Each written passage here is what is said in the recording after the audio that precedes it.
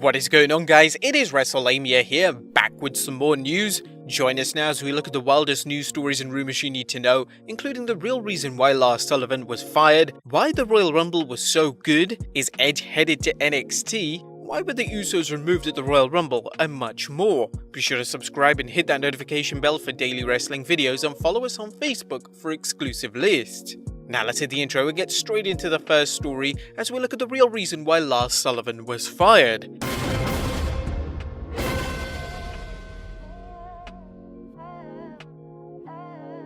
As we reported in yesterday's news video, the WWE has released Lars Sullivan, and now fans are getting some details on why the Freak was shown the door after a big return and subsequent push that made it look like the WWE had major plans for him. The crux of the problem seems to be that Lars Sullivan simply stopped showing up for television tapings. Several sites, including the Wrestling Observer newsletter, reported that Sullivan stopped showing up. According to Ringside News, Sullivan's release came as no surprise to anyone backstage. Whenever he disappeared, that was the end of him.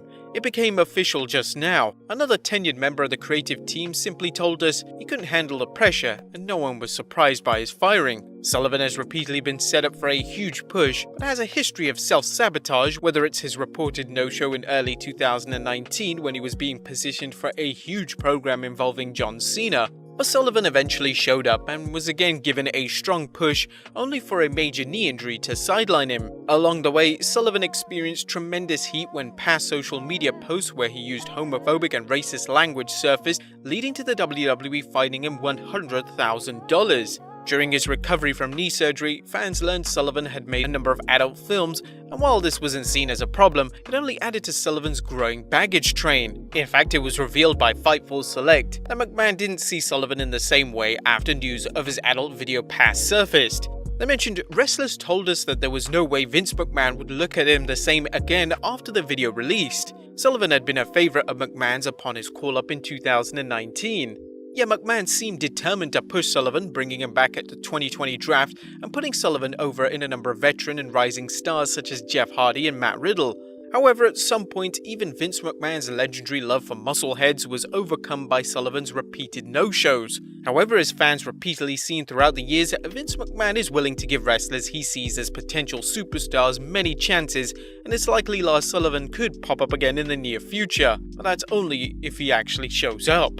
Next up, why the Rumble was so good. Both the men's and women's Royal Rumble matches have received rave reviews, and now it looks like we have a better idea why. A number of people were involved in the men and women's Royal Rumble matches, and in case you missed it, here's a breakdown courtesy of Ringside News. The women's Royal Rumble match was produced by TJ Wilson, Adam Pearce, Chris Park, and Pat Buck, and the men's Royal Rumble match was produced by Jamie Noble, Shane McMahon, and Jason Jordan.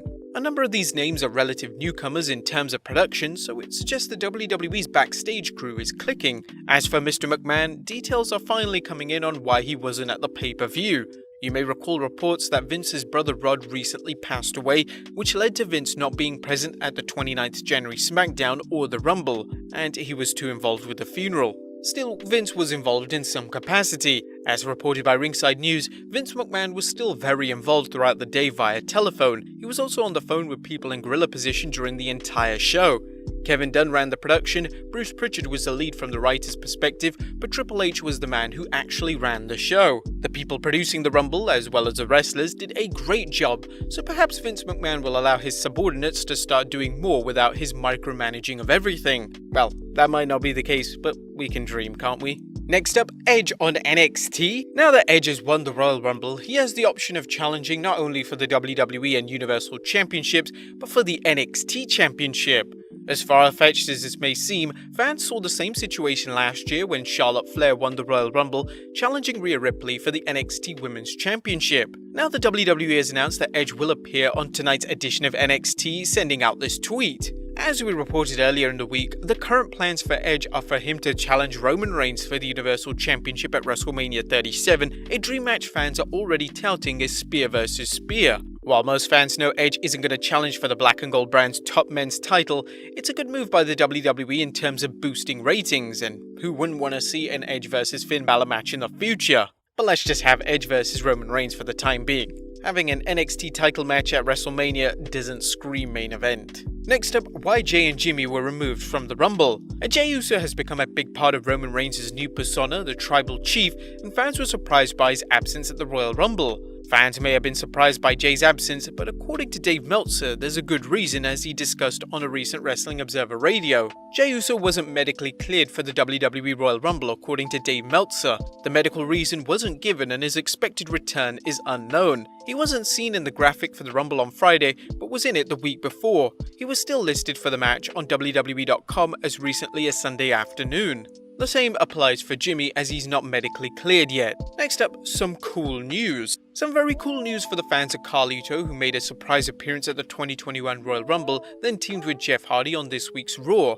PW Insider is reporting that as of yesterday, Carlito has not signed with the WWE, but the expectation is that is just a formality. There was a lot of internal praise for his work and the shape he returned to the company in at the Royal Rumble. He's expected back soon. Carlito looks to be in the best shape of his life and appears to have a lot left to offer as a WWE superstar. The only thing the WWE needs to do now is bring back his apple. And some not so cool news. As good as the Carlito news is, fans are wondering what's up with Rhea Ripley, who worked at the Rumble, putting in another impressive performance but failing to show up on Raw as some fans expected. Is Ripley on the main roster as believed? Well, PW Insider is reporting that WWE isn't sure what it's doing with the former NXT Women's Champion in terms of what brand to assign her to, and that she is not scheduled to appear on SmackDown this Friday.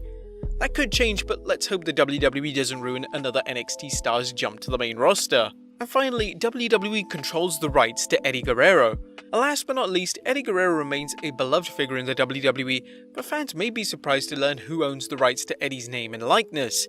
During an interview with Wrestling Inc., Eddie's daughter Shaul discussed the situation and used it as a teaching point for aspiring wrestlers. I think we have to be really careful with how we use people's names and their likeness, especially after they're gone. Dad, his real name was used, Eddie Guerrero, in his legit name, and WWE to this day still own the rights to his name. So we don't have a say in anything. Yeah, so make sure if you're a young wrestler and you're going to sign a contract, make sure you own the rights to your name. That's just some good advice. Any lawyer will tell you that. Make sure you own the rights to a character you come up with or your own likeness. Intellectual property can make or break a wrestler's financial situation after they retire, which is why more wrestlers need to be aware of their rights and the consequences of giving them away. But there you have it, folks, the wildest wrestling news stories and rumors you need to know. Be sure to leave your comments down below, subscribe if you haven't already, follow us on Instagram and Facebook for exclusive lists, and I'll see you next time with some more wrestling content.